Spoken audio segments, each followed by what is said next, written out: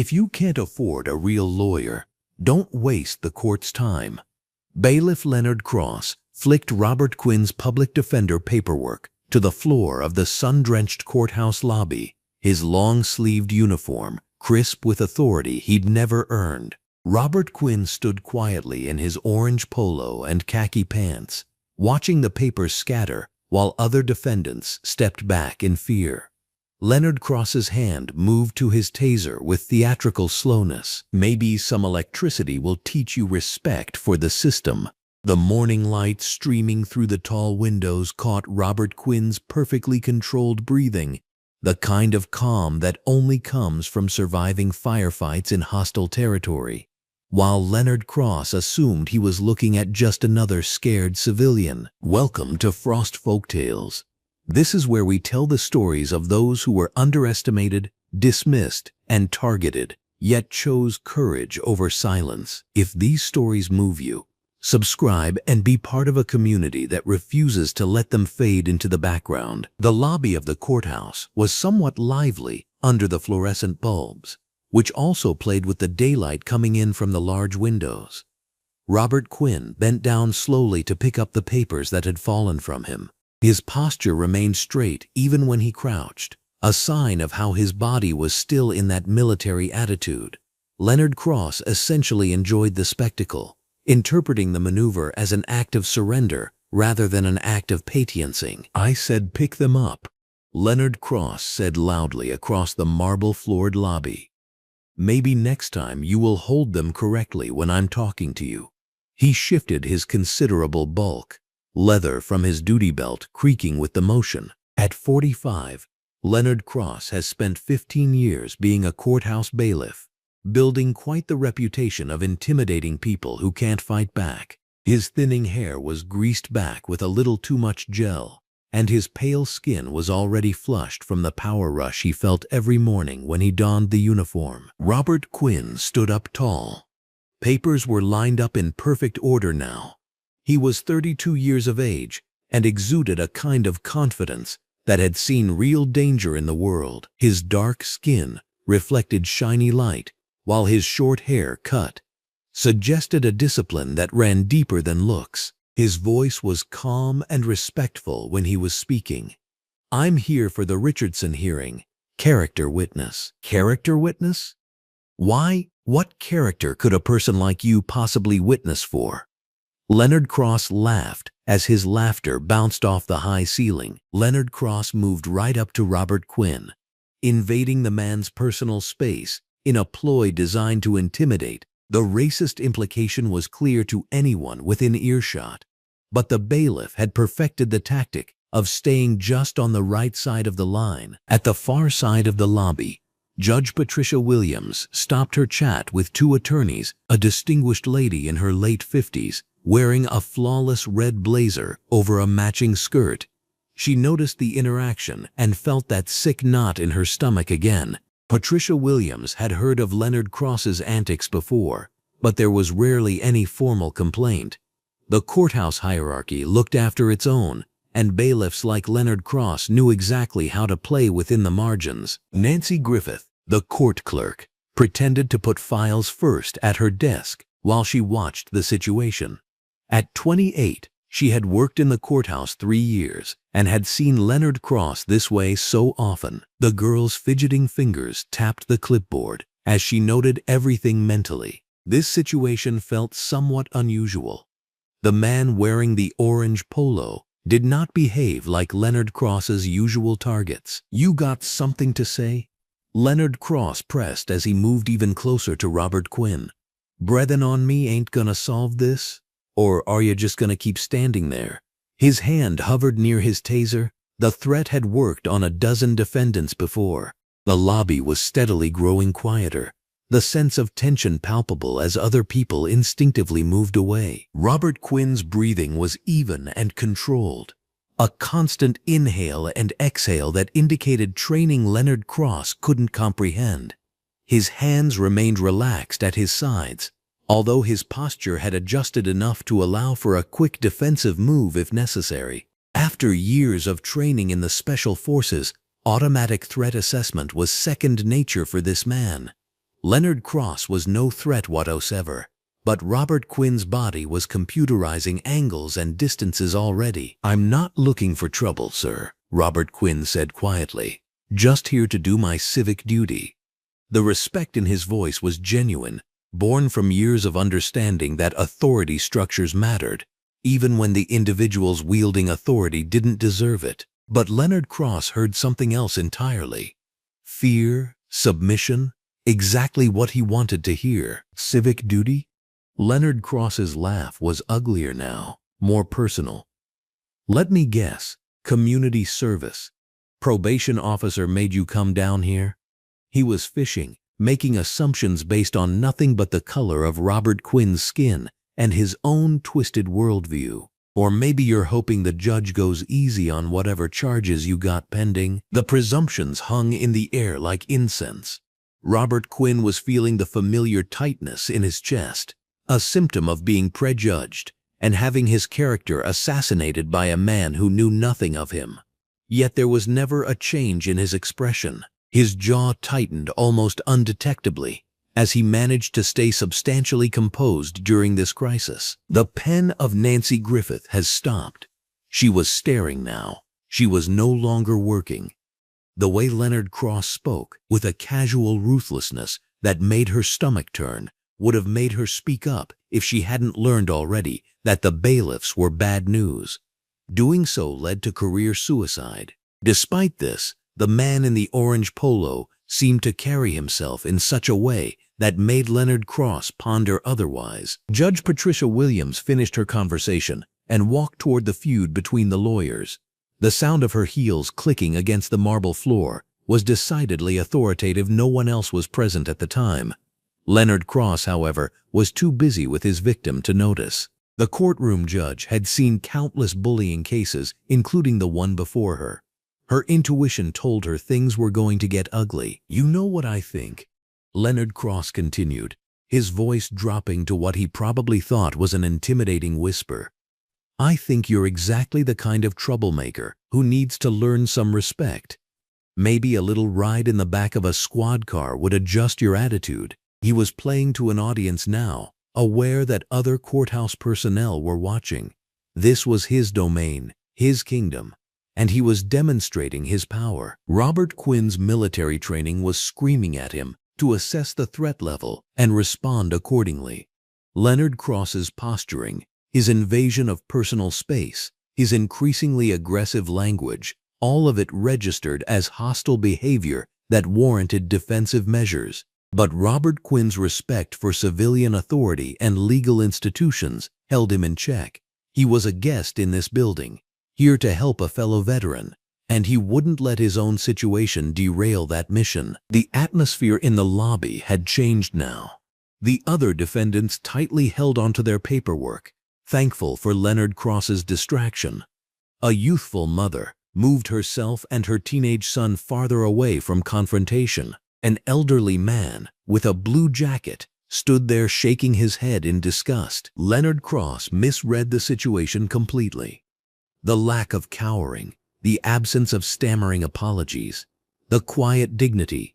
He interpreted it all as defiance that needed to be crushed. His hand moved closer to his taser, fingers dancing near the weapon in a display meant to terrorize. "Maybe you didn't hear me clearly," he said, his voice rising again.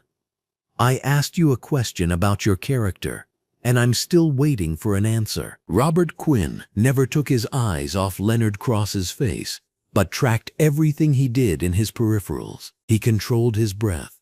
That was calm obtained in response to actual situations where getting panicked meant getting dead. Leonard Cross had no clue that the guy he was trying to scare off had gone up against armed insurgents in hostile territory, had made split-second decisions that saved lives, had acquired medals for valor that were kept under wraps in classified files. "My character speaks for itself," Robert Quinn said simply, his voice carrying a quiet authority that Leonard Cross was too blinded by prejudice to recognize. The words were calm, measured, but underneath them was steel that had been forged in places Leonard Cross couldn't imagine. Judge Patricia Williams was close enough now to hear the exchange clearly, and her concern was shifting to alarm. She could see the way Leonard Cross's body language was escalating, the way his hand kept moving toward his weapons. More importantly, she could see something in the other man's composure that suggested this situation was balanced on a knife's edge that Leonard Cross didn't even realize existed. The morning sun continued streaming through the courthouse windows, illuminating a confrontation that was about to reveal just how dangerous it could be to judge a book by its cover, and how spectacularly wrong assumptions based on prejudice could prove to be. Leonard Cross smiled as Robert Quinn bent over to retrieve the papers he had dropped on the courthouse floor. Above him, fluorescent lights painted everything in the marble lobby with a shadow that was enormous, as if Cross's personal stage. The other defendants and visitors in plastic chairs squirmed as they glanced up from their paperwork and back to the drama. "Here we go," Cross said, his voice echoing off the high ceilings. "Looks like we've got ourselves a real compliant one today, boys." He cast a glance toward Deputy Todd Simmons, a short man dressed in a short-sleeved uniform shirt and dark blue pants. Simmons stood behind the metal detector and had been watching with interest. Simmons stood tall, knowing this was on cue, and he would take part in what had become Cross's regular morning entertainment. Robert Quinn rose slowly, his movements controlled and precise. He straightened his orange polo shirt and brushed an invisible speck of dust from his khaki pants. His posture remained perfectly erect, shoulders square, chin level. To Cross, this looked like the practiced subservience of someone who knew his place. In reality, it was the bearing of a man trained to maintain discipline under the most extreme circumstances imaginable. Cross ordered in a volume too high for the early morning lobby. "Empty your pockets. Everything on that table. I mean everything." Robert Quinn complied without hesitation, placing his wallet, his keys, his phone, and a little notebook on the security table. He laid those items out with the same methodical precision he'd used to take apart improvised explosive devices in a combat zone. Each one was parallel to the last, like they were lined up for inspection. Roberts had been taught to be meticulous. A single oversight could get you killed. First, Cross picked up the wallet and ostentatiously studied the driver's license of Robert Quinn. He read the name Robert Quinn in mock interest. "It says you live over on Maple Street. Quite a down-and-out part of town, Quinn." The comment made a few people in court uncomfortable as they stood by the information desk. The court clerk, Nancy Griffith, dressed in a red blazer and black skirt, pretended to shuffle documents while holding tight onto her morning cup of coffee. On her 15th year working in the courthouse, she had never seen Cross enjoy humiliating someone so much during the usual security check. "I'm here to give my attendance as a character witness in courtroom 3, Robert Quinn said, properly as he was supposed. "I have my documents with me in case you want to verify my appointment." "It's funny to hear that," Cross laughed. "You?" He held up Robert Quinn's license again and examined the photo. "I mean it, Quinn. What sort of a character do you propose to witness for?" "A resident from your area." Deputy Simmons moved closer, emboldened by Cross's performance. His pale face flushed with the excitement of being included in what felt like legitimate authority. "Maybe we should do a more thorough search," he suggested, his voice cracking slightly with nervous energy. "You know, make sure he's not bringing anything inappropriate into the courthouse." The suggestion made Cross's eyes light up with malicious delight. "Outstanding thinking, Simmons. We can never be too careful about courthouse security." He gestured toward a small alcove near the metal detectors. "Step over there, Quinn, arms out." Robert Quinn moved to the designated area with fluid, economical steps. His breathing remained controlled, measured, the same 4-count rhythm he'd learned to maintain while under enemy fire. As Cross approached with obvious relish, Robert Quinn assumed the position without being asked, feet shoulder-width apart, arms extended parallel to the floor. The subsequent pat-down was deliberately exaggerated and excessive. Cross's hands lingered longer onto her than necessary, as though the only purpose was humiliation, not searching. The people in the lobby watching this degrading scene shifted in their seats, looking everywhere except there. Robert Quinn took it all in stride. His jaw was clenched, but his expression was neutral. Captain Steve Lawson, head of courthouse security, stepped out of his office with a hot cup of coffee, looking professional in his green shirt and blue security jacket. The man with the worn face, marked by 2 decades of experience as a cop, showed immediate concern at the lobby scene. He took Cross on 6 months ago because of his previous correction experience, but he'd been having doubts about this. "Everything all right out here?" Lawson asked, his tone carefully neutral as he approached the group. Cross straightened up, his hands finally moving away from Robert Quinn. "Just conducting a thorough security screening, Captain. This gentleman here claims to be a character witness, but you know how it is. We can't be too careful these days." Lawson's experienced eyes took in the scene.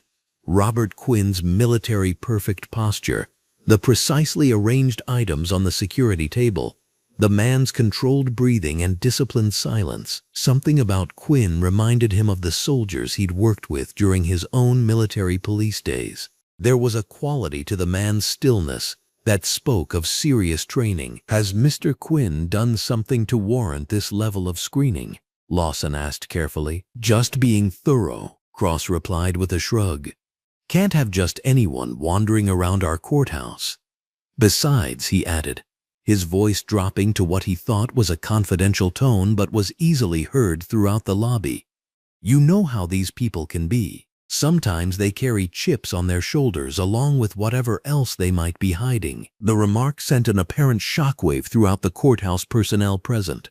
Hate grabbed Nancy Griffith as she rubbed her hand, and the coffee cup rattled against its saucer. The 2 attorneys talking near the elevator halted mid-sentence, shocked at the ease with which Cross expressed his racism. Robert Quinn's breathing pattern shifted almost imperceptibly, the 4-count rhythm becoming slightly more pronounced.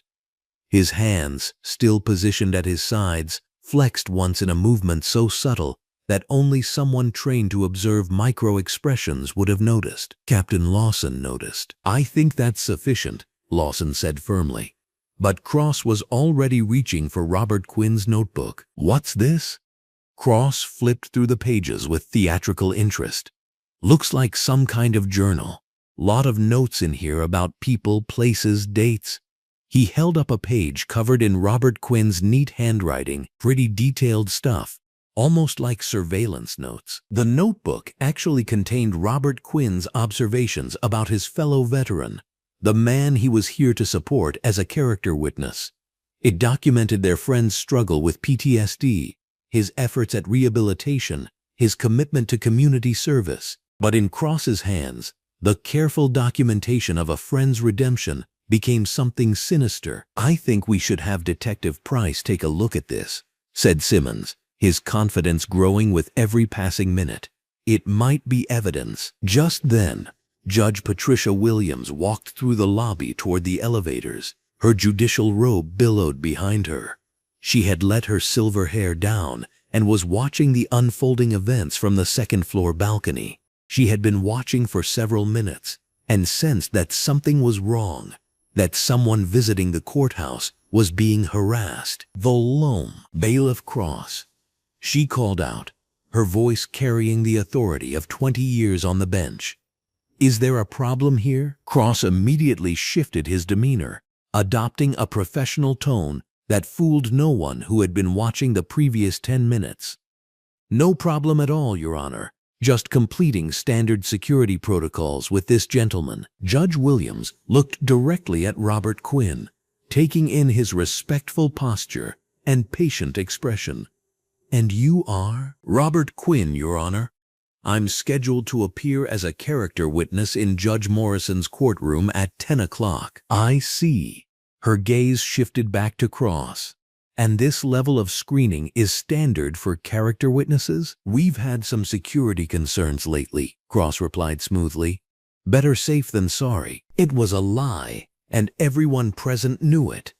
Judge Williams had worked in this courthouse for 2 decades and had never seen a character witness subjected to this treatment. But Cross delivered the falsehood with practiced ease, the same casual confidence he used to justify all his excesses. Nancy Griffith found her voice, her usual timidity overcome by mounting outrage. "Your Honor, if I may, Mr. Quinn has been extremely cooperative throughout this entire process. He's done everything that's been asked of him." Cross shot her a warning look that made her step back involuntarily, but she had already said enough. Judge Williams caught the interaction, filing it away for future consideration. "Well," the judge said carefully, "I'm sure Bailiff Cross will conclude his screening promptly, so Mr. Quinn can fulfill his civic duty." The words were polite, but the underlying message was clear. This had gone on long enough. Cross nodded with false deference. "Of course, Your Honor. Just about finished here." Judge Williams turned to walk away. Cross's demeanor hardened. His ego could not bear the thought of being corrected in public, however gently. He turned again to Robert Quinn, venomous once more, lowering his voice to a deadly whisper. "You feel it is that you are very clever?" he spat. He stood too close to Robert Quinn. "I've been around troublemakers like you for years, kiddo. You can put on the politeness in front of others all you want, but I see through it." Robert Quinn's response was barely audible, delivered with the same respectful tone he had maintained throughout the ordeal. "I'm here to serve as a character witness, sir. Nothing more." "Nothing more," Cross repeated mockingly. "Right. Well, we'll see about that." He commenced repackaging Robert Quinn's belongings with an exaggerated slowness, thoroughly relishing the prolonged humiliation. Once more, each item was examined and turned over, scrutinized for what it might conceal. Captain Lawson stayed close by, but he was becoming anxious. There was something off about this place, on several levels. Even he couldn't quite articulate why, but his experience was screaming out that much. Cross finally began returning the items to Robert Quinn, but his movements were calculated to prolong the process. As he handed over the wallet, his fingers brushed against Robert Quinn's palm in what appeared to be an accident but felt deliberately provocative. "There you go," Cross said with false courtesy. "All cleared for entry into our courthouse. Try to stay out of trouble in there." The end was designed to be final, but Cross wasn't finished. As Robert Quinn turned away walking towards the elevators, Cross called out to him loud enough for all in the lobby to hear. "Quinn, just remember where you are. This is a place of laws. Nobody is above the law here, and we don't tolerate nonsense from anybody." Robert Quinn stopped walking but didn't turn around.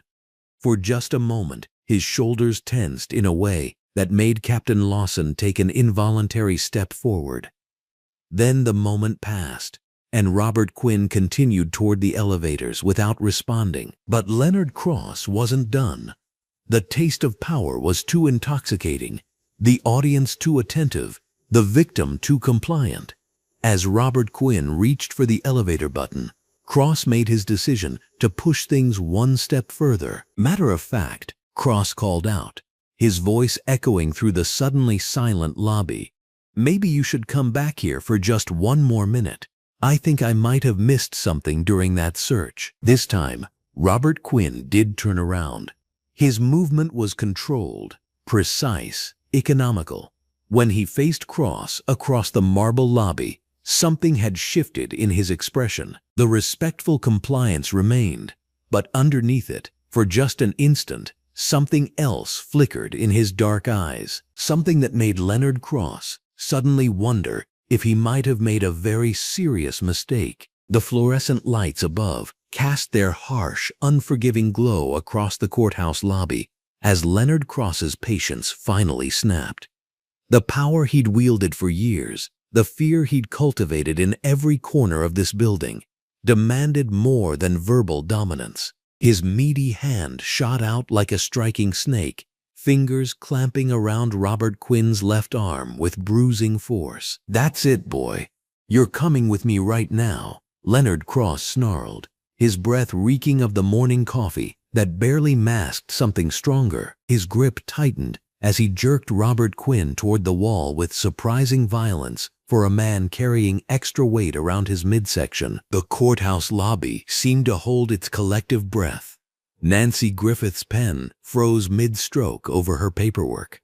The elderly man in the blue jacket, who'd been watching the entire confrontation, actually took a step backward. Even the fluorescent bulbs seemed to buzz with anticipation of what was coming next. As Leonard Cross moved forward, the two men were pushed against the marble wall. The sleeve of his short jacket stretched against his heavy bulk as he prepared to throw Robert Quinn against the wall. He has envisioned this moment since the start of the confrontation in his mind. This is where he gets to show his absolute authority over a cantankerous defendant who doesn't know his place. However, something remarkable happened in that instant. Between Leonard Cross's lunge and the wall that was supposed to receive Robert Quinn's body, time felt as though it had slowed as the muscle memory of Robert Quinn kicked in like a Swiss watch. The advanced military training over years, thousands of hours receiving hand-to-hand combat training and experience on the battlefield that served to keep him alive through 3 missions classified by the government coursed through his nervous system like electricity through copper wire. Leonard Cross's hold on Robert Quinn's arm proved fatal. Robert Quinn switched feet to the right, using Leonard Cross's own weight against him in a move so effortless it looked choreographed. His free hand rose, not to strike, but to guide in a controlled arc. Leonard Cross's pronged aggressor charge flew away from him and into the wall he planned to throw his victim against. Shortly after the bailiff left the area, the man's feet leave ground. Due to his own force and Robert Quinn's accurate defensive maneuver, his body struck the marble with a thud in the once noisy courthouse lobby. Before Leonard Cross was aware of it was not long before Robert Quinn's training took over completely. Through 3 interconnected movements, Robert Quinn had spun behind the bailiff, secured his arm in a control hold that was firm but not damaging, and taken up a position that would prevent further use of force. Leonard Cross could feel an unbreakable hold on his arm, bent behind his back. There was no pain from it. His face was pressed against the marble, fogging it with his breath, and he wondered how he had gone from being the aggressor to being completely in the other person's control in under 2 seconds. Leonard Cross, gasping, exclaimed, "What the hell?" against the wall. He struggled against it, attempting to take charge once more, but found himself held as firmly as if he were stuck in steel. When Robert Quinn's voice did come, it was steady and controlled. It was an authority that Leonard Cross had not heard. "Sir, please be calm and stop resisting. I am not going to hurt you, but I will not allow you to assault me." The transformation in Robert Quinn was stunning to witness. Gone was any pretense of the submissive civilian Leonard Cross had been bullying. His stance radiated competence and controlled power. His grip on Leonard Cross demonstrated training that went far beyond basic self-defense. Every movement spoke of someone who'd been in life-and-death situations and emerged victorious. Judge Patricia Williams dropped her coffee cup, the ceramic shattering on the marble floor, as she witnessed the complete reversal of power dynamics. "My God," she whispered, her hand instinctively reaching for her cell phone. Nancy Griffith's recorder continued running, capturing every second of Leonard Cross's humiliation as he struggled helplessly against Robert Quinn's effortless control. Her eyes were wide with shock, but she had the presence of mind to ensure everything was being documented. The courthouse lobby filled with spectators as word spread through the building. Court clerks peered around doorways. Other defendants stopped their nervous pacing to witness the impossible sight of Leonard Cross, the courthouse's most feared enforcer, rendered completely powerless by the same man he'd been terrorizing just moments earlier. Captain Steve Lawson burst through the security doors, his hand instinctively moving toward his radio as he took in the scene. His years of law enforcement experience told him immediately that this wasn't a typical courthouse altercation. The controlled precision of Robert Quinn's movements, the absolute nature of his dominance over Leonard Cross, spoke of training that went far beyond civilian experience. "Everyone step back," Captain Steve Lawson commanded, though his voice carried uncertainty. He'd expected to find Leonard Cross subduing another unruly defendant. Instead, he found his bailiff trapped against a wall by someone who moved like special operations military. Leonard Cross's face, what you could see of it pressed as it was against the marble, had turned an alarming red. The fire of humiliation, hotter than rage, began to blaze within him as a further glance revealed half the courthouse to be witnessing his utter debasement at the hands of someone he had thought powerless. "Get him off me," gasped Leonard Cross, the command of his voice falling away. "This officer is being assaulted. Arrest him now, I say." But even as he made his demands, Leonard Cross's voice carried a tremor that hadn't been there before. For the first time in his career, he was experiencing the helplessness he'd inflicted on so many others. The fear in his voice was unmistakable. Robert Quinn maintained his hold with mathematical precision, applying exactly enough pressure to control Leonard Cross without causing injury. His breathing remained steady, his voice calm, as he addressed Captain Steve Lawson. "Sir, this officer assaulted me first. I used minimum necessary force to defend myself. I have no intention of escalating this situation further, but I won't be assaulted in a courthouse or anywhere else." The authority in Robert Quinn's voice stopped Captain Steve Lawson in his tracks.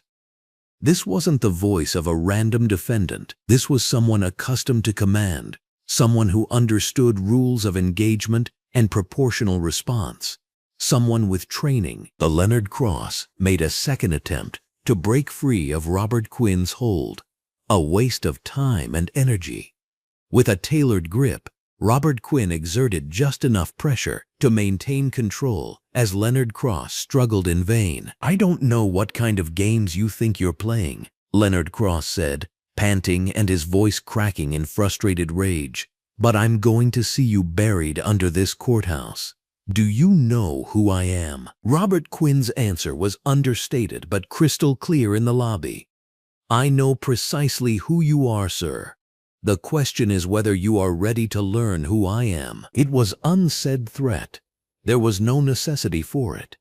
Robert Quinn's stance, his effortless control over a man 50 pounds more than him, and the calm confidence radiating from every movement was visible to everyone in the courthouse lobby. Judge Patricia Williams found her voice, though it shook slightly. "I think we all need to step back and reassess this situation. Mr. Quinn, are you military?" "Yes, ma'am," Robert Quinn replied without relaxing his hold on Leonard Cross. "Active duty Navy." The words hit the courthouse lobby like a physical force. Suddenly, Robert Quinn's capabilities made sense. His controlled responses, his precise movements, his ability to neutralize Leonard Cross's assault without causing serious injury, all spoke of professional military training. Leonard Cross felt the eyes of the courthouse upon him, watching his complete humiliation at the hands of someone he'd underestimated so catastrophically. His breathing came in short, angry bursts as the reality of his situation penetrated his rage-clouded mind. Captain Steve Lawson stepped closer, his entire demeanor shifting as he processed the new information. "What's your rank and unit, son?" "Lieutenant, sir. I'd prefer to provide additional details through proper channels." The formal military courtesy in Robert Quinn's response sent another wave of understanding through the growing crowd. This wasn't just any sailor. This was an officer, someone with significant training and responsibility. In a last-ditch effort, Leonard Cross raised his voice almost to a shout in an attempt to reassert authority. "I don't care if he's the Secretary of the Navy. He attacked a peace officer. I want him arrested right now." However, the words fell flat when they were spoken in the courthouse lobby. Everyone there saw Leonard Cross's first attack. Robert Quinn's restrained, defensive reaction had been seen by all. Everyone realized that the power equation had changed for good. Robert Quinn kept his grip tightly on Bailiff as murmurs filled the courtroom and heads turned towards them. Everyone present realized it as they watched Leonard Cross's reign of intimidation crumble in real time. The breaking point has been reached and passed. After this, all that was left was to see what the extent of the aftermath would be. The fluorescent lights overhead hummed a low tune, while the clack of heels across the marble floors echoed through the courthouse lobby, which had fallen silent. Captain Steve Lawson, clad in a blue jacket, moved closer to the window. Natural light from the floor-to-ceiling glass illuminated the scene. The man's years of security experience had taught him to quickly read situations. What he saw was not lining up with Leonard Cross's increasingly panicking narrative. "Everyone just step back and give these men some room," said Captain Lawson, his voice strong, just like how a true captain should be. He really made it on competence, not fear. Without any preamble, Leonard Cross began his defense, his voice higher than usual and sweat beading on his forehead in the cool of the morning. "Captain, this man has assaulted a court officer. He assaulted me without cause. I was just doing my job when he turned violent and dangerous. I want him arrested." Robert Quinn stood quite still in an orange polo shirt with no sign of fighting. The complainant's khaki pants were pressed and without a wrinkle. The military bearing of him is now unmistakable, particularly in the way that he holds his shoulders square and his hands clasped behind his back in a position of respectful attention. When he spoke, he was calm and steady. "I defended myself from an unexpected attack, Captain Lawson. I applied no more force than was necessary on that occasion to prevent further harm to myself. I'm willing to collaborate with whatever investigation." Judge Patricia Williams moved through the crowd. Her scrutinizing gaze took in Leonard Cross's bedraggled appearance and Robert Quinn's cool demeanor. "I will conduct a full inquiry of this event. No one will be leaving until I've got statements from everyone who witnessed what happened," Judge Williams said, raising her voice in the lobby. With a nervous gulp, Court Clerk Nancy Griffith stepped forward, clutching her tablet to her chest. She has been taking notes on courthouse proceedings for more than 15 years, and she is well known around the building. Her voice trembled a bit. "Your Honor, I recorded the entire interaction on my tablet. I've been documenting irregular incidents as part of the courthouse efficiency review. Everything that happened is captured on video with audio." Leonard Cross's face drained of color as the implications hit him. His mouth opened and closed several times before he found his voice again. "She can't do that. There are privacy rules. That recording is inadmissible." "Actually," Judge Williams replied coolly, "courthouse security recordings are standard procedure. Ms. Griffith was acting within her authority as a court officer documenting official business." Detective Angela Price arrived just as the tension reached its peak, her green top and dark pants giving her a professional appearance that immediately commanded attention. She had been called in to investigate reports of an assault on a court officer, but the scene she encountered didn't match the description she'd received over the radio. Pulling out her notepad, Detective Price interviewed the witnesses systematically. The first few conversations show that Leonard Cross was inconsistent. As she awaited her hearing, Mrs. Henderson, an old defendant, saw Leonard Cross make contact. Before the actual fight, 2 other witnesses confirmed that Leonard Cross was verbally threatening and aggressive. Detective Price half turned to face the bailiff directly. "Mr. Cross," he said, "the statements I'm receiving from witnesses don't match your version of events. Care to explain why several independent observers say you were the aggressor?" Leonard Cross expressed a sounding indignantly. "They're lying. They're probably his friends. Don't take these people's word over a court officer's." The accusation was layered with so much racism hanging in the air that Detective Price's expression hardened. Having handled many officers who are able to allow bias to affect their judgment, She recognized the signs instantly. Robert Quinn consistently displayed an unflappable demeanor throughout his exchange with Detective Price. When the detective asked for a form of identification, Mr. Quinn pulled his wallet from his back pocket and removed a military identification card, which he handed to Detective Price. "I hope that will help to identify my identity and background, Detective." Detective Price scrutinized the ID, noticing the record is clean and the officer is a lieutenant presently active on duty. She felt puzzled about the ID, however. Some parts had coded notations that were unfamiliar to her. In addition, security clearance was mentioned. Most notably, the clearance was higher than an average security officer's. "Lieutenant Quinn," she said respectfully, "I'm going to need to make some calls to verify your service record as part of this investigation. Is there a number where your commanding officer can be reached?" "Yes, ma'am. Colonel Dawson can be reached through the base operator. He'll be able to provide any information you need about my service." Attorney Rachel Kim arrived at the courthouse just as Detective Price was beginning her background calls. The sharp young lawyer had been contacted by a friend who witnessed the incident and thought Robert Quinn might need legal representation. Her red suit jacket and professional demeanor immediately caught everyone's attention as she introduced herself. "My name is Rachel Kim, and I'm the attorney for Lieutenant Quinn. Before I do anything else, I need to make sure this investigation into his rights is legitimate." Right away, she started taking notes. She snapped pictures of the scene of the altercation, the outside public lobby, and the lack of any visible injuries on either party.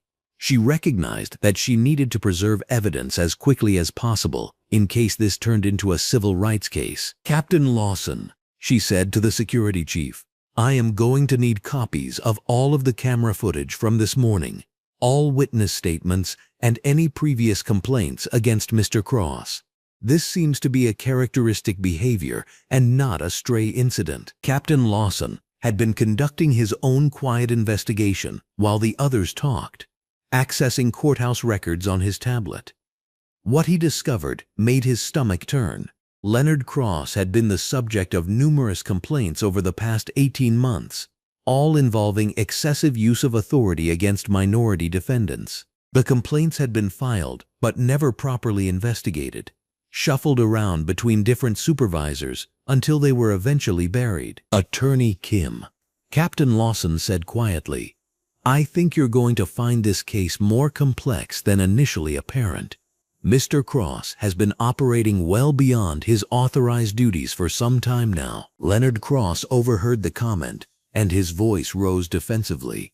"I've been doing my job exactly as trained. These people don't understand courthouse security requirements. They think they can waltz in here and do whatever they want without following proper procedures." But his protests were falling on increasingly skeptical ears. Detective Price had finished her initial calls and returned with a puzzled expression on her face. Robert Quinn's military records were partially classified, requiring higher-level clearance to access full details. The base operator had transferred her to a security office, where she was told that any incidents involving Lieutenant Quinn would need to be reported immediately to his commanding officer. "Lieutenant Quinn," Detective Price said, "your service record is more complex than typical military personnel. There are classifications I can't access without proper clearance. Your commanding officer has been notified and is reportedly very interested in the details of this incident." Judge Williams had been observing the investigation unfold with growing concern. The more she learned about Leonard Cross's behavior pattern, the more she realized this incident represented a serious breakdown in courthouse security and civil rights protections. "Mr. Cross, you're suspended from duty pending the outcome of this investigation," she announced firmly. "Turn in your badge and any courthouse keys to Captain Lawson immediately." Leonard Cross's face turned red with indignation. "You can't suspend me based on the lies of criminals and troublemakers. I've been protecting this courthouse for years. I know how to handle these situations." "The evidence suggests otherwise," Judge Williams replied coldly. "Your pattern of complaints and the witness statements from today indicate serious problems with your conduct." Attorney Rachel Kim had been reviewing the complaint files Captain Lawson provided, and her expression grew increasingly grave as she read through incident after incident of excessive force, racial profiling, and abuse of authority. The documentation painted a clear picture of systematic civil rights violations. "Your Honor," she told Judge Williams, "the evidence indicates a history of racist selective enforcement against black defendants." Detective Price wrapped up her phone calls and approached the group with an expression of barely contained wonder. "Lieutenant Quinn, I just got off the phone with your base, and your supervisor is on the way to check out the situation herself. According to them, it won't be good for them if they harm you." The words sent a chill through Leonard Cross, who was beginning to realize that his assumption about Robert Quinn being just another defendant had been catastrophically wrong. His bravado started cracking as the scope of his mistake became apparent. Robert Quinn maintained his dignified composure throughout the investigation, answering questions honestly and completely, while never showing anger or vindictiveness toward Leonard Cross. His military discipline was evident in every response, every gesture, and every word he spoke. "As the matter is resolved, I don't want another citizen to have to suffer or undergo with someone like you, Detective Price," he said respectfully. The courthouse lobby is buzzing with people. Nancy Griffith was uploading her recordings to the courthouse server. Attorney Rachel Kim was preparing initial civil rights filings. Captain Lawson was already implementing new security protocols. As Detective Price made her final verification calls, she learned Robert Quinn's was classified and that it had special federal clearance restriction on full access. The déjà vu-esque behavior of those connected to the matter led her to conclude that the catastrophe will only keep growing. Lieutenant Robert Quinn's service would soon be exposed, and the life of Leonard Cross would never be the same again. The courthouse lobby was almost placid when the heavy glass doors swung open with authority. All talk ceased. All whispers came to an end. The air itself was transformed, as in walked Colonel Marcus Dawson in full military dress uniform, with highly polished brass under the fluorescent lights. The green service coat was immaculate, the ribbon and medal in the proper order of merit, and the presence was a testament to decades of command authority, which made the marble columns appear even straighter. A pair of federal agents in dark green walked in behind him. These agents were muscular and their eyes scanned the room. The shorter agent was clad in a white dress shirt under a green jacket, while his partner wore a black tie knotted with military precision. With the arrival of the military, the civilian space was transformed into something serious. Captain Steve Lawson straightened at once. He recognized military authority when he saw it. Judge Patricia Williams was talking to Detective Angela Price when she looked up and saw someone, and their eyes widened. Nancy Griffith gripped her recorder tighter, feeling that what had happened before might be nothing in the face of what was coming. However, Leonard Cross was the one who underwent the greatest change. The bailiff, who'd been trying to put his wrecked story back together just moments ago, suddenly felt like his mouth was full of sand. The colonel's purposeful stride, the two federal agents at his sides, and every person in the lobby instinctively making way told him that something was about to happen. Colonel Dawson's steel-gray eyes traversed the room before settling on Robert Quinn. Quinn immediately snapped to attention like an active military member. Eyes that had commanded hundreds, perhaps thousands of men. Eyes that had consistently gazed straight ahead like an imposing bluff, were softened just a bit with the colonel's troubled face when he saw the officer. "Lieutenant Quinn." Colonel Dawson's voice had blasted across several war zones, across 3 continents. "Do you have an injury?" It seems Robert's orange polo and khaki pants are not that formal in front of his commander. "No, sir. Minor incident fully contained." Leonard Cross felt sweat beading on his forehead despite the courthouse air conditioning. The easy confidence that had carried him through years of bullying defendants and intimidating civilians evaporated like morning mist. These weren't people he could push around with a badge and a taser.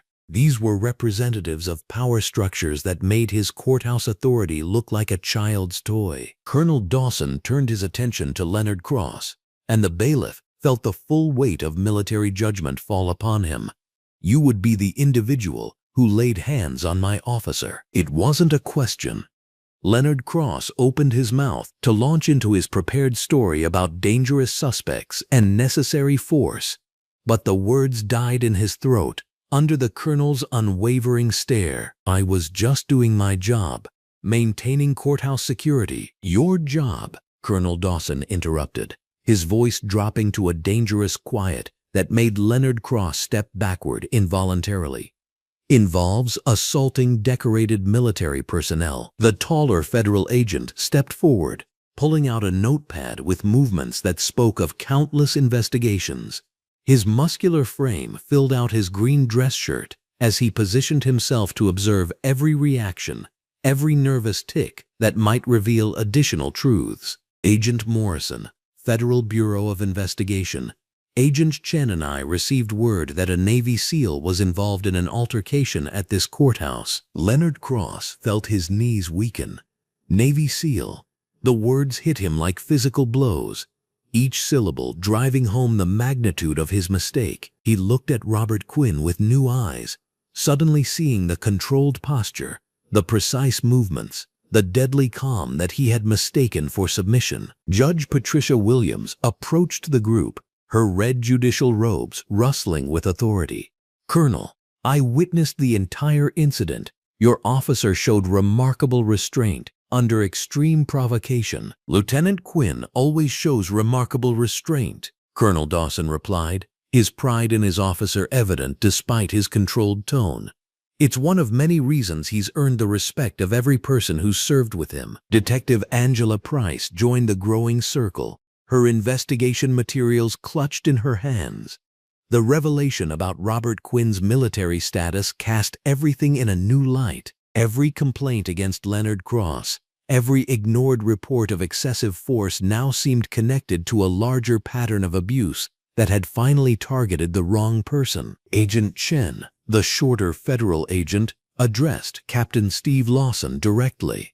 "We'll need to review all security footage, witness statements, and personnel records related to this incident." His white shirt remained crisp despite the tension filling the room. Leonard Cross watched his support system crumble in real time. Captain Lawson, who had been hesitant to take strong action earlier, now nodded eagerly to cooperate with federal authorities. The courthouse staff members who had previously ignored his excesses were suddenly very interested in distancing themselves from his actions. "Sir, I believe there is some misapprehension about the seriousness of this matter," Colonel Dawson said, his voice carrying throughout the lobby. "Let me clarify." The colonel reached into his jacket and withdrew a leather portfolio, opening it grandly. It contained documents with official seals and classification stamps, as well as that heavy-grade paper used for military correspondence. "Lieutenant Robert Quinn is not merely a Navy SEAL," the colonel said, his voice building with each utterance.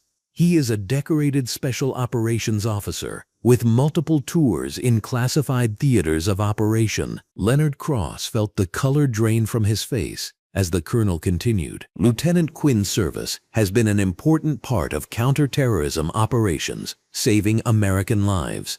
Edward Dawson's military record is remarkable. It includes the Bronze Star with Valor, the Purple Heart, the Navy Cross, and other classified commendations." While her eyes widened, Nancy Griffith's recorder captured each word.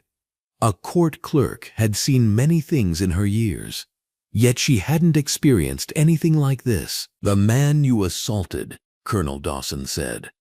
He fixed Leonard Cross with a stare. It is a stare that has already intimidated many an enemy combatant. "He has personally neutralized terrorist cells. As well, he has rescued hostages, all while under fire. Further, he has conducted operations that prevented attacks on American soil." The lobby had fallen into absolute silence. Leonard Cross felt as though the floor was dissolving beneath his feet. Every assumption he had made, Every stereotype he had relied upon, every moment of his racist aggression now stood exposed as not just morally wrong, but catastrophically misjudged. Agent Morrison stepped closer to Leonard Cross, his investigative instincts fully engaged. "Mr. Cross, you were informed that Mr. Quinn had military identification, correct?" Leonard Cross's tongue felt thick and useless. "He showed me some card. But anyone can fake a Navy SEAL's classified service record." Colonel Dawson's voice cut through Leonard Cross's excuse like a blade. "Anyone can fake decorations earned through combat valor and personal sacrifice." Robert Quinn maintained his disciplined silence, but those observing closely could see the slight tightening around his eyes. The revelation of his service record wasn't something he sought or enjoyed. His military decorations represented missions where good people had died, operations where split-second decisions meant the difference between life and death for innocent civilians. Judge Patricia Williams shook her head in amazement and disgust.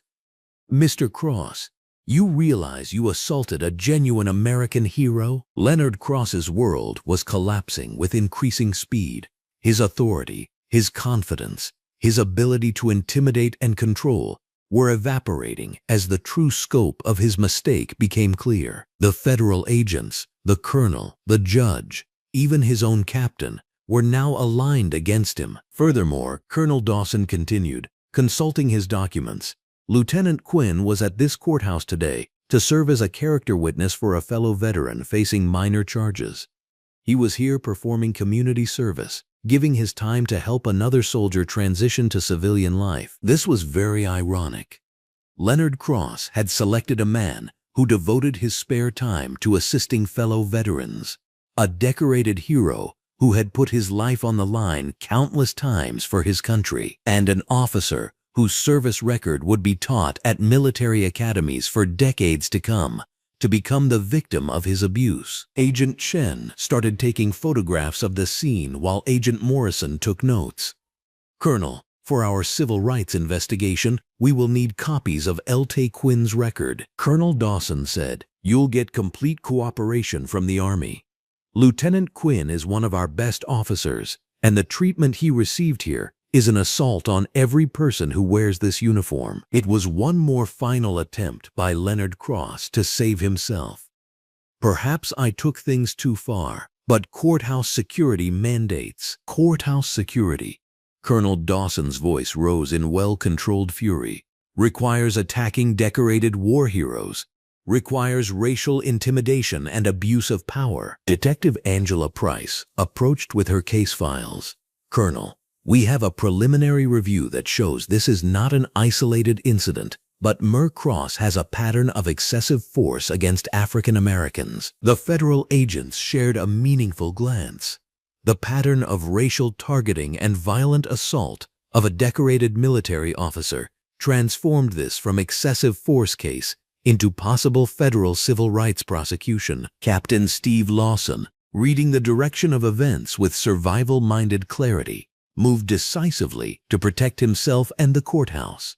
"Colonel, I want you to know that Mr. Cross was acting outside department policy. We have strict guidelines against the kind of behavior Lieutenant Quinn experienced." Leonard Cross felt betrayal add to his growing list of problems.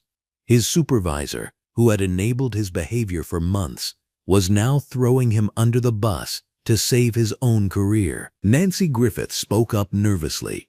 "I have everything recorded. The entire incident, from beginning to end." Agent Morrison smiled grimly. "We'll need those recordings as evidence." Colonel Dawson closed his portfolio and fixed Leonard Cross with a final, withering stare. "Mr. Cross, you made the mistake of assuming that a good man's restraint meant weakness. You confused Lieutenant Quinn's discipline and respect for civilian authority with an inability to defend himself." The bailiff's hands were shaking now as the full weight of consequences began crushing down upon him. Federal investigation, civil rights charges, assault on a decorated veteran, pattern of racial abuse, each element built upon the others to create a legal and professional disaster of unprecedented proportions. Colonel Dawson said, "Lieutenant Quinn could have shut your aggression down in no time. He is trained on combat techniques and would have knocked you out before even you realized. He uses the least necessary force and de-escalates immediately.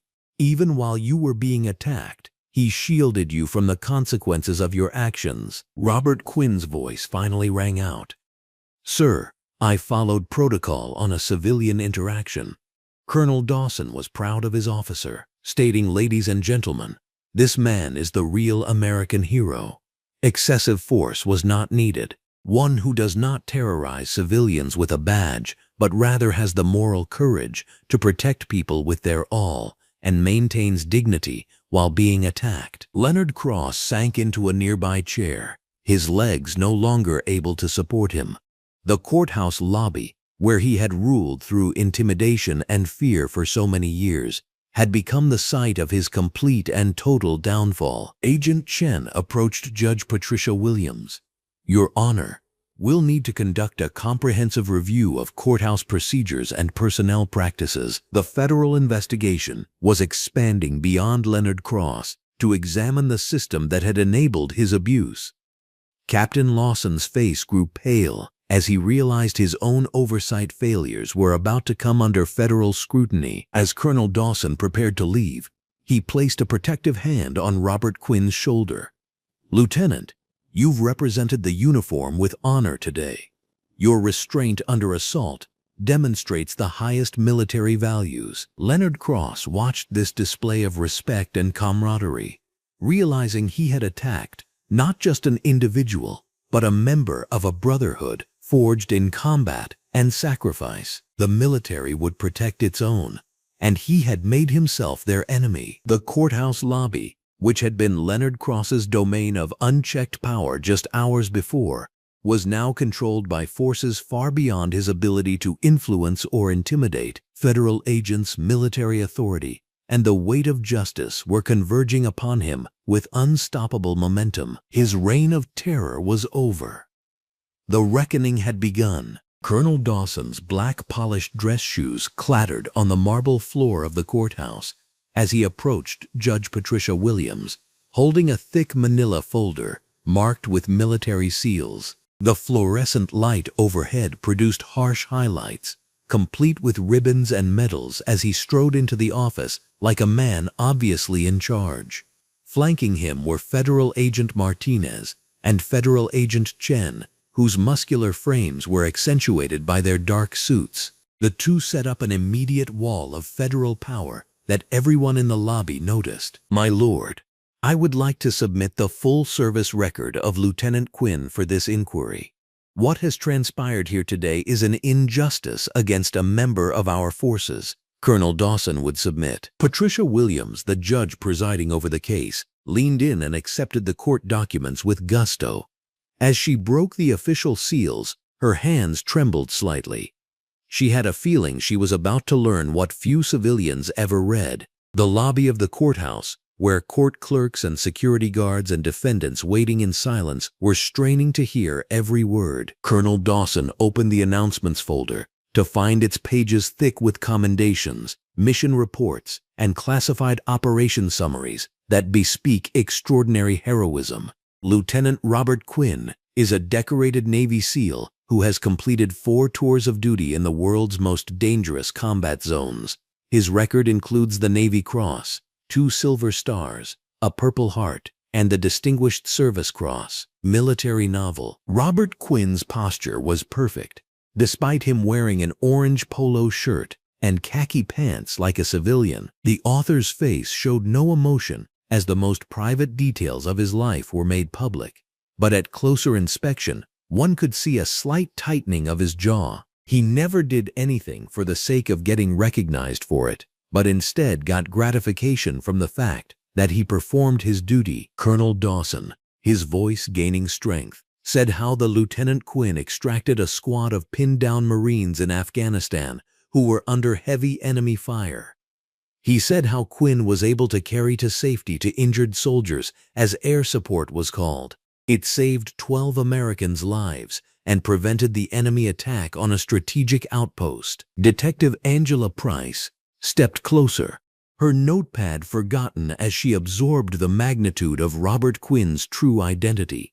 Her investigation into Leonard Cross had revealed a pattern of abuse, but learning that one of his victims was a genuine American hero added a new dimension of outrage to the case. She glanced toward Leonard Cross, who stood pale and shaken against the far wall, finally beginning to understand the gravity of his actions. Federal Agent Martinez consulted his own files, cross-referencing the military records with the courthouse incident reports.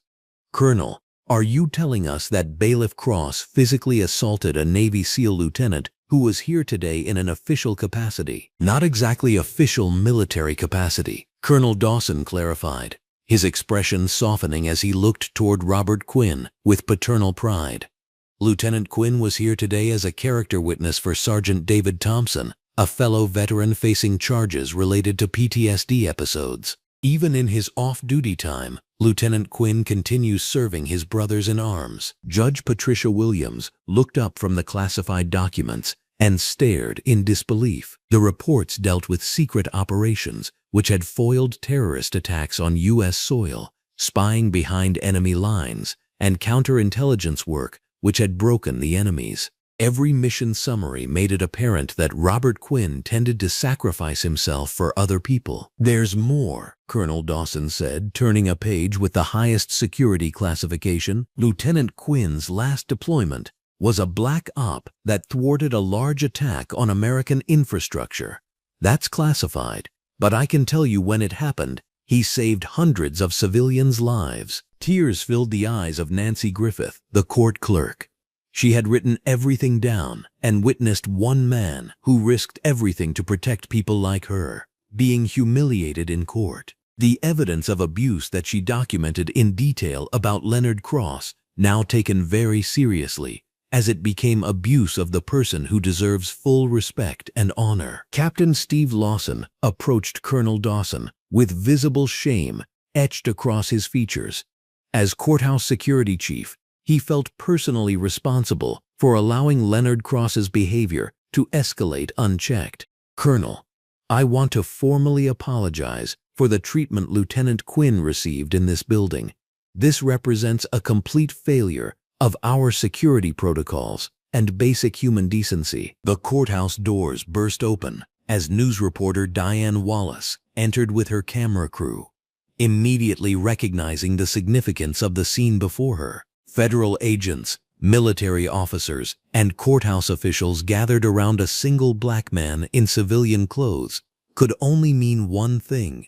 A major story was unfolding. Her journalistic instincts told her this incident would resonate far beyond the courthouse walls. Detective Angela Price took a step forward, holding another thick folder and scowling with righteous anger. "When we're at it, I ought to tell you what my investigating discovered about Bailiff Leonard Cross. There have been 17 complaints filed against him in the last 3 years. 14 are from black defendants." The crowd murmured in shock as Det Price continued reading from her findings. The complaints chronicled the use of excessive force, racial slurs, intimidation, and humiliation during court activities. Courthouse administration dismissed them all without investigation. Federal Agent Chen opened his own case files. He saw that there was a lot of systematic discrimination going on right across the state, which went way beyond Leonard Cross. Our early probe uncovered multiple complaints against Bailiff Cross, buried in administrative paperwork, never reaching oversight committees, revealing institutional complicity in covering up civil rights violations. Leonard Cross had been growing more and more ashen, but at last he spoke in a desperate bid to retrieve the situation. "You have no idea what you are talking about. He was acting all suspicious. How was I supposed to know he was military? He looked like every other thug that comes in here." The confession had a whiff of racism, as it had guided the actions of Leonard Cross from the start. His attempt at justification only proved the kind of prejudice and profiling that had brought us all here. Colonel Dawson's expression hardened into military steel as he stepped toward Leonard Cross, lowering his voice to a dangerous whisper. You see, every other thug? Well, Mr. Cross, that is a perfect illustration of the bias and ignorance that led you to beat up one of America's finest soldiers. The fact that Lieutenant Quinn looks the way he does, that he's a black man and not a white man, that he was in civilian clothing at the time, should counter on any level to you for a moment. Each and every human being is entitled to the same basic level of human dignity, but you did not choose to see it that way. Robert Quinn finally spoke, his voice quiet but carrying absolute moral authority. Colonel, with respect, I didn't want special treatment because of my service record. I wanted the same basic courtesy that every citizen deserves when they enter this courthouse. The problem isn't that Bailiff Cross didn't know about my military service. The problem is how he treats people when he thinks they can't fight back. Judge Patricia Williams stood slowly, the weight of the classified documents and the systematic abuse revelations settling heavily on her shoulders. Lieutenant Quinn is absolutely right. This courthouse has failed in its most basic obligation to treat all citizens with dignity and respect. The fact that we're only addressing this behavior because the victim happened to be a decorated war hero reveals the depth of our institutional failure. Federal Agent Martinez spoke to all the people in the courthouse. The Department of Justice is commencing an expansive civil rights investigation of the practices of this courthouse. Effective immediately, we are going to interview every person who has complained about Bailiff Cross, review all of the security footage, and going to look at every case of discrimination that occurred. Diane Wallace had people set up her camera crew to capture Colonel Dawson as he went back to Robert Quinn's service record. She knew this would be a national story. After suffering abuse, the image of a humble black veteran being honored would signal injustices and then come back from the past. Lieutenant Quinn's humility in this moment exemplifies the character that makes him such an outstanding soldier and citizen. Colonel Dawson announced for the cameras and the growing crowd. He has never sought recognition for his service, never demanded special treatment for his sacrifices, and even now, facing the aftermath of this injustice, his primary concern is ensuring that others don't suffer similar treatment. Deputy Todd Simmons, who had enabled Leonard Cross's behavior through silent complicity, frantically approached Captain Steve Lawson with desperate explanations and excuses. His attempts to distance himself from Leonard Cross's actions rang hollow as witnesses recalled his participation in the harassment and intimidation. Detective Angela Price closed her investigation folder with satisfaction, knowing that months of patient work had finally culminated in comprehensive exposure of corruption that had festered unchecked for years. Bailiff Leonard Cross is hereby suspended pending the outcome of federal civil rights charges, criminal assault charges, and civil lawsuits from multiple victims. His badge, weapon, and courthouse access are immediately revoked. Leonard Cross's legs gave out as the full reality of his situation crashed down upon him. His career, his reputation, his future, everything was crumbling because he had chosen to abuse his authority against someone he had assumed was powerless to fight back. The irony was not lost on anyone present. His victim's true power had come not from military training or classified operations, but from unwavering character and moral strength. Rachel Kim, an attorney, walked into the courtroom as Leonard Cross left. She carried her briefcase that was filled with civil rights and lawsuit material. On arrival, she expected to defend a simple police misconduct claim, but she learned that Robert Quinn's service record shows systemic abuse. This may become a landmark case for veterans' rights and civil justice. Robert Quinn was still standing in the spot where he was humiliated hours ago by Leonard Cross. As the crowd began to disperse, Colonel Dawson's hand went on Robert Quinn's shoulder, full of love and pride for everyone to see.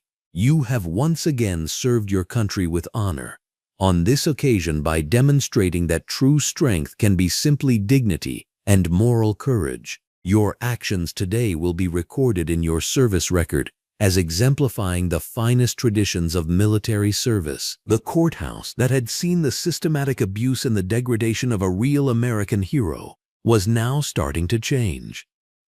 The courthouse was learning that heroism can be pretty quiet and just ask for respect like everyone else. As the morning sun streamed through the high windows, Diane Wallace was going over her notes in Channel 7's newsroom. As the overhead fluorescence lit up her red blazer, she mounted the podium. She was ready for the most critical broadcast of her life. Lieutenant Robert Quinn's experience inside the courthouse had the makings of a viral video, but far more importantly, it was an injustice that called out for community attention. I'm Diane Wallace with Channel 7 News, and today's a special report. Shocking abuse of authority at our city courthouse, where a bailiff named Leonard Cross assaulted a decorated Navy SEAL lieutenant while he was a character witness for a fellow veteran. The report begins with security footage from the courthouse showing Robert Quinn, who was wearing an orange polo shirt and khaki pants. He stood there at perfect military posture while Leonard Cross threw his papers to the ground. Robert Quinn's dignity and composure stood in striking contrast to Leonard Cross's aggressive posturing, creating an impactful moment that resonated with the entire community. The switchboard at the courthouse was chock-a-block within the hour of the broadcast. Captain Steve Lawson was receiving hundreds of calls from angry people looking for answers. The courthouse lobby, intimidating under the rule of Leonard Cross, is now filled with reporters and other townsfolk looking justice for the mistreated veteran. Maria Santos, a business owner whose son did 3 tours in Afghanistan, said, "This is totally unacceptable. Our hero, Lieutenant Quinn, sacrificed his life for our freedom. How dare they treat him like this?" The response from the veteran community was immediate and forceful. American Legion Post 45 responded almost immediately, condemning the action of Leonard Cross and praising the victim, Robert Quinn, who was apparently under attack. Organization of Veteran Organizations meeting in the entire region was called by Commander Frank Mitchell. He was wearing an orange shirt with a blue jacket. Mitchell spoke to the crowd at the VFW Hall. "A brother was attacked while serving our community. Lieutenant Robert Quinn is everything we are, and we will not allow this injustice go unchallenged." Numerous soldiers who served with Robert Quinn began telling stories regarding the fallen soldier. In a firefight in Syria, Robert Quinn saved Staff Sergeant Maria Rodriguez's unit by carrying injured soldiers to safety while under enemy attack. According to Master Chief Petty Officer James Thompson, Robert Quinn led his men on a covert operation that disrupted an attack against America. In a follow-up interview with Diane Wallace, Thompson explained that Rob never sought any fame. He did his job with honor. "Watching him being treated like a criminal by some power-drunk bailiff makes my blood boil." Leonard Cross has no idea what kind of man he assaulted. The response on social media was beyond anything the community had ever seen. Videos of Robert Quinn's dignified restraint during Leonard Cross's assault went viral and received millions of views and shares. Comments flooded in from veterans, active military, and civilians expressing outrage at the mistreatment and admiration for Robert Quinn. On that Tuesday morning, Judge Patricia Williams arrived at the courthouse to find protesters gathered peacefully on the steps. The protesters held signs that read, "Justice for Lieutenant Quinn" and "Honor our veterans." Clad in her traditional black robes, Judge Williams knew she had to act decisively to restore public confidence in the system. "I want to address the community directly," Judge Williams announced during an impromptu press conference. "What happened to Lieutenant Robert Quinn in our courthouse was a disgraceful abuse of authority that violates everything our justice system represents. I personally apologize to Lieutenant Quinn and pledge comprehensive reforms to ensure this never happens again." Behind the scenes, Leonard Cross's world was crumbling faster than he could comprehend. His wife, Sarah, received threatening phone calls from strangers who had seen the courthouse footage. His children faced harassment at school as their father's actions became public knowledge. The local bar, where Leonard Cross had bragged about his authority over defendants, now refused to serve him. Former victim of the abuse of Leonard Cross, Robert Quinn's courageous public revelation prompted many other victims to come forward. At traffic court, a black single mother, Janet Wilson, testified that Leonard Cross humiliated her, made racist comments, and threatened to jail her for a stop sign and a seatbelt. Wilson told Detective Angela Price during her formal statement, "I was too scared to complain.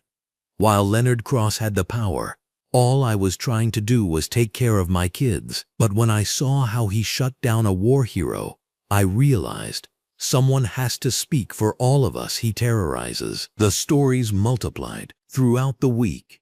Michael Davis, an elderly black veteran, recounted how Leonard Cross had forced him to empty his pockets repeatedly during a disability hearing, claiming he looked suspicious. College student Tamara Johnson described Leonard Cross's inappropriate comments and unnecessary pat-downs during her jury duty service. Captain Steve Lawson worked overtime, implementing emergency reforms while cooperating with the expanding federal investigation. The courthouse installed new security cameras with audio recording capabilities. Bailiff procedures were completely overhauled, requiring supervisory approval for any physical contact with court visitors.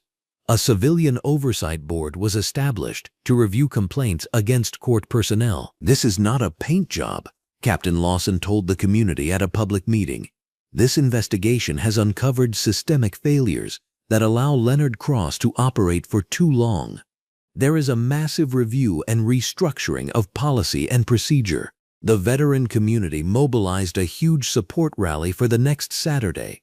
American Legion Halls, VFW posts, and veteran service organizations from 3 counties coordinated what became the largest ever veteran solidarity event in the history of this region. Hundreds of veterans in their dress uniforms and service medals overflowed the steps of the courthouse. Robert Quinn came to the rally wearing a modest orange button-down shirt and blue slacks, which stands in contrast to the intricate ceremony planned for him. He didn't change his demeanor as other veterans told stories about his character and heroism. When called upon to speak, Robert Quinn's words were not about his own mistreatment, but rather about the reforms that need to occur to protect veterans in general. The crowd heard Robert Quinn say, "It's not about me," in the courthouse plaza. "We have got to ensure that every veteran, every citizen, gets the respect and dignity they deserve in our courts. While Leonard Cross was wrong in all respects, we must respond in a constructive way that focus on positive changes." Attorney Rachel Kim worked tirelessly preparing comprehensive civil rights lawsuits against Leonard Cross, the courthouse administration, and the city. Her red suit became a familiar sight in the courthouse as she documented evidence and interviewed witnesses. The federal agents expanded their investigation, discovering patterns of discrimination that extended far beyond Leonard Cross's individual actions. "This case represents more than one bailiff's abuse of authority," Rachel Kim explained during a strategy meeting with Robert Quinn and Colonel Dawson. "We're uncovering systematic civil rights violations that have affected hundreds of people over several years. The scope of accountability must match the scope of the injustice." Local businesses rallied behind Robert Quinn, offering everything from free legal services to job opportunities for transitioning veterans. The community's response demonstrated how Robert Quinn's dignified handling of injustice had inspired broader commitment to veteran support and civil rights protection. Meanwhile, Leonard Cross increasingly found himself alone as his support network disappeared. Previously, Deputy Todd Simmons' enabler was also under investigation and would not associate with Leonard Cross. After Leonard Cross's suspension, the courthouse staff, who had once quaked before his might, openly sneered at him in the days leading up to the day he was suspended. Leonard Cross offered many reasons for his actions, but video evidence proved every single excuse to be false. Despite his lawyer's advice to keep quiet, Leonard Cross's smugness was so great that he did not realize how much trouble he was in. His defense attorney said that he kept inflammatory statements coming. The reaction from the community expanded far beyond the local eye to national veteran organizations.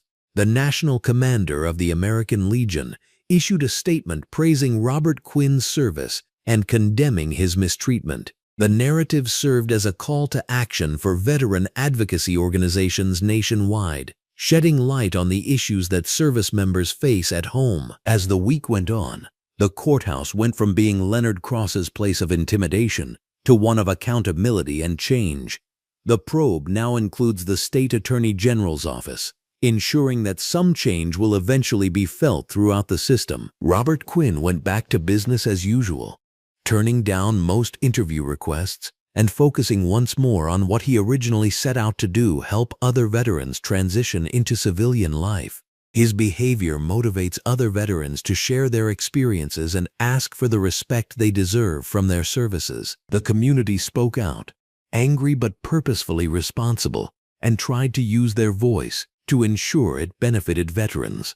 Leonard Cross was not fully aware that his act of abuse of authority would embark on a justice movement far away from court. The world was watching, and justice was coming, and it was going to come with all the force and finality that Leonard Cross's victims deserved. As a federal courthouse case began underway, the morning light lit up the room, while the defendant's orange jumpsuit contrasted with the bailiff's uniform he once wore, alone with pride. Leonard Cross was hunched over a metal table. He stared at the federal indictment before him, choking with rage and filled with tears, while his hands shook. His lawyer, a tired-looking public defender in a wrinkled blue jacket, read, "Violation of civil rights under color of law, assault under federal jurisdiction, conspiracy to deny constitutional rights. You are facing almost a decade or longer of jail time, Mr. Cross." Leonard the world had collapsed in a spectacular manner. Nancy Griffith's cell phone video had gone viral, showing his horrific assault on Navy SEAL Lieutenant Robert Quinn in graphic detail. Load the courthouse with federal investigators and persons victimized by a ruling class lawyer's criminal and civil racketeering abuses over decades. 3 blocks down, the sunlight spilled on the steps of the courthouse 3 blocks away. Robert Quinn, dressed in his Navy uniform with ribbons hanging across his chest, was about to receive the key to the city from Mayor Patricia Henderson. Robert remained as humble as he was throughout the ordeal, despite being surrounded by veterans, mass media, and supporters. "Lieutenant Robert Quinn showed us what true strength looks like," Mayor Henderson said into the microphone. "Today we honor not just a hero's service to the country, but his grace under fire at home. He refused to let hatred break his spirit or compromise his values." Colonel Dawson came forth in his own dress uniform. He had a folder that would change Robert's life forever.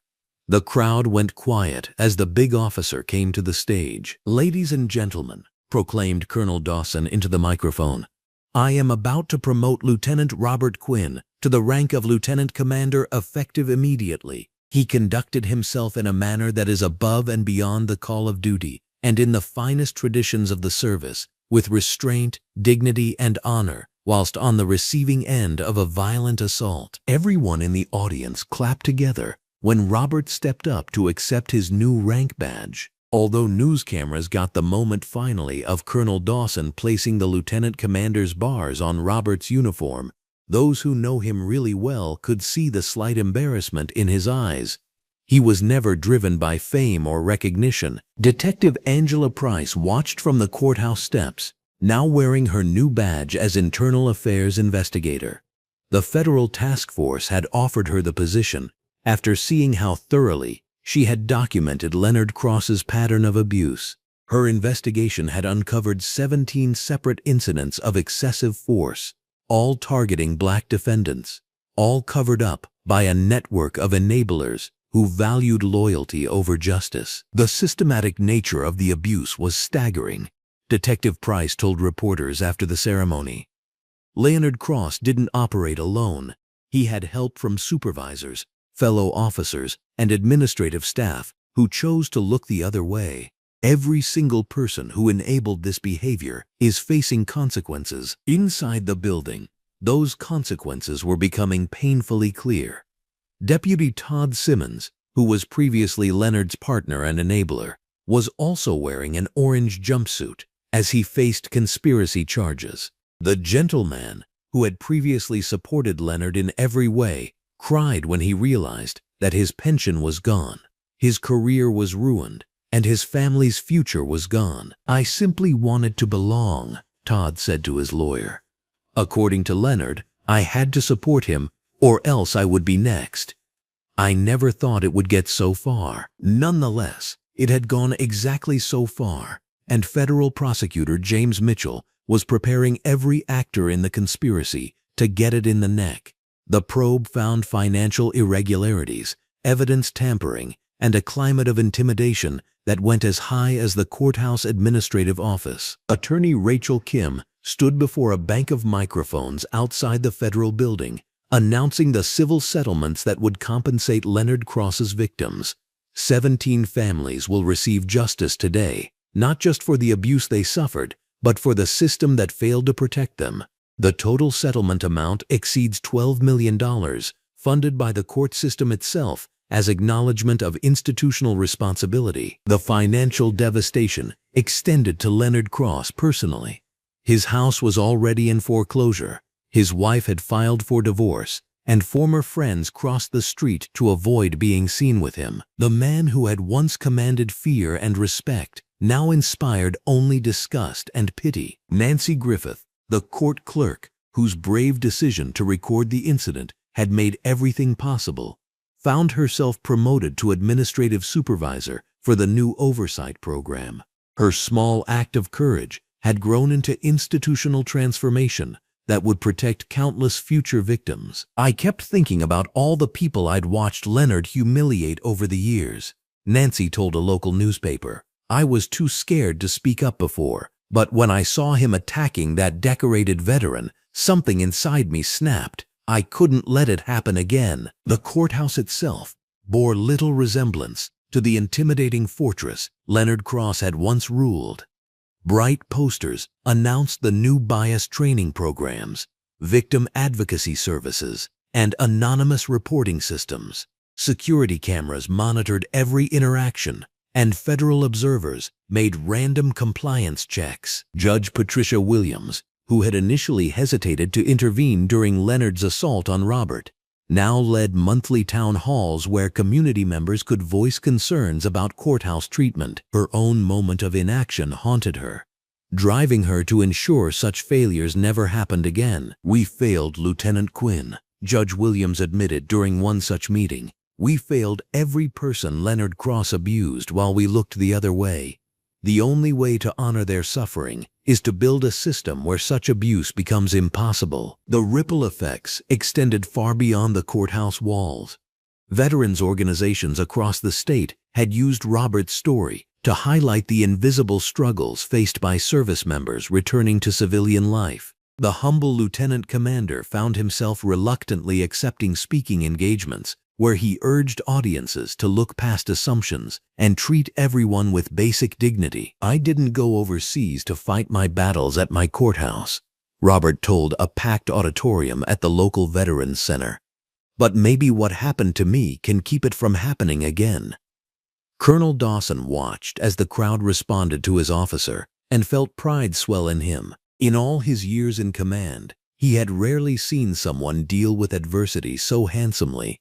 Robert, standing firm against revenge and insisting on systemic change rather than personal vindication, was as fine a military tradition as there could be. The federal investigation had grown beyond anyone's initial expectations. Other courthouses across the state were implementing similar reforms, and Leonard Cross's case had become required study material for law enforcement academies as an example of how bias and unchecked authority could destroy careers and lives. Meanwhile, Leonard Cross himself faced each day with growing dread. His federal trial was scheduled for next month, and his attorney had made clear that fighting the charges was hopeless. Video evidence, witness testimony, and documentary proof of his pattern of abuse created an insurmountable case against him. The once terrorizing defendant now jumped at the tiniest sounds in his jail cell, where inmates were not shy about expressing their thoughts on crooked cops. The tiny little experience of being powerless had become a permanent powerlessness from then on in his life. However, 3 weeks later, Mr. Quinn returned to the courthouse for a very different reason, the character witness for his fellow veteran. This time, security staff nodded respectfully, court staff greeted him warmly, and he received the basic human dignity that everyone is entitled to and which he should have received from the beginning. Captain Steve Lawson personally escorted Robert through the building, pointing out the various reforms that had been implemented. "Lieutenant Commander," he said as they walked through the lobby where the original incident occurred, "I hope you know that what happened here has changed everything. We're not the same institution that failed you." Robert paused in the exact spot where Leonard Cross had thrown his paperwork to the floor, where the cycle of abuse had finally met its match. The lobby buzzed with normal courthouse activity, but now oversight officers monitored interactions, victim advocates assisted defendants, and cultural sensitivity posters reminded everyone that dignity was not optional. "The building looks the same," Robert replied quietly, "but it feels completely different." That's what real change looks like. As Robert entered the courtroom to provide his character testimony, reporters noted his continued humility despite everything that had happened. He spoke simply about his fellow veteran's character, answered questions directly, and left without seeking attention or recognition. Even in triumph, he remained the same principled man who had refused to let Leonard Cross's hatred change his fundamental nature. The defendant Robert testified for, another black veteran facing minor charges, was ultimately released with time served and community service. As they walked out of the courthouse together, the younger man asked Robert how he had maintained such dignity throughout his ordeal. "That's a choice to hate," Robert replied, as he adjusted his green polo and khaki pants when they stepped out into the afternoon sunlight. "Leonard Cross chose to hate, and it wrought havoc on him. I decided to protect my dignity, and look how much that has made a difference." Next month, Leonard Cross is to be sentenced, where he will face 15 years in federal prison, plus lifetime supervision when released. His former victims will attend, keen at last to speak their truth without fear of reprisal. Detective Angela Price compiled victim impact statements from 17 families whose lives Leonard damaged due to the abuse of power. Their stories describe systematic oppression that went on for years, even decades, all because others did not dare to act out of fear or because it did not suit their agenda. The transformation was complete. Where Leonard Cross had once ruled through fear and intimidation, new systems of accountability and oversight ensured that such abuse would never again go unchallenged. Robert Quinn had inadvertently become the catalyst for change that protected countless future victims. As the sun set over the courthouse that evening, Robert Quinn drove home to his quiet apartment, his mission finally accomplished.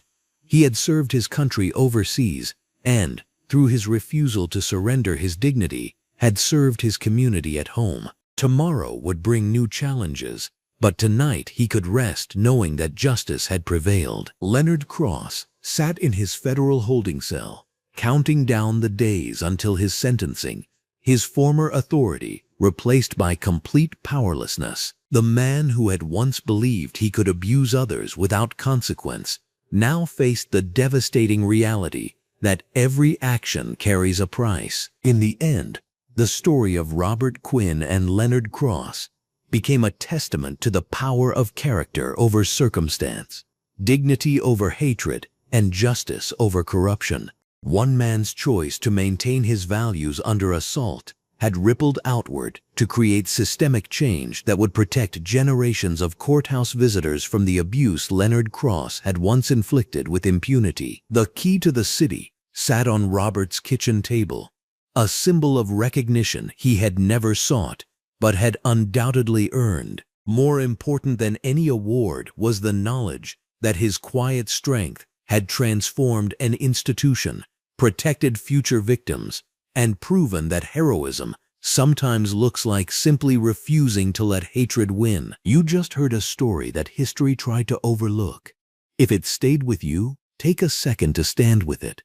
Subscribe, share, and help us keep telling the stories that deserve light, not silence.